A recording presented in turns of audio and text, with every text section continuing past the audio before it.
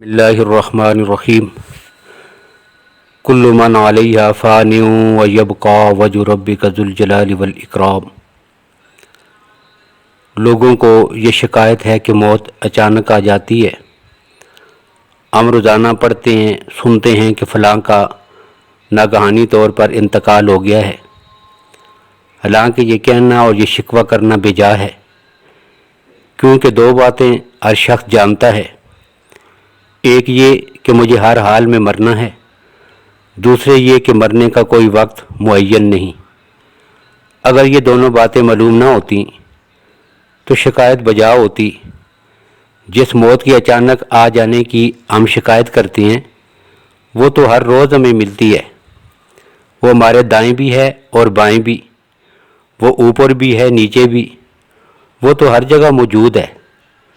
صحرا کی ویرانیوں میں بھی اور شہر کی محفلوں میں بھی، وہ جنگلات میں بھی ہے اور مری کے برف پوش پہاڑوں میں بھی۔ موت تو ہر شخص کا تعاقب کر رہی ہے، ذکی اور عالم کا بھی، غبی اور جاہل کا بھی، موحد اور مسلم کا بھی، کافر اور مشرک کا بھی۔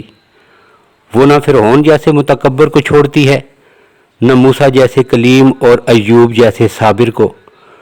اس سے نہ ابو بکر و عمر محفوظ رہے، نہ سرور کائنات محمد الرسول اللہ صلی اللہ علیہ وسلم۔ ٹھیک ہی کہا ہے جس نے بھی کہا ہے، بدنیا گر کسے پائندہ بودے، ابو القاسم محمد زندہ بودے۔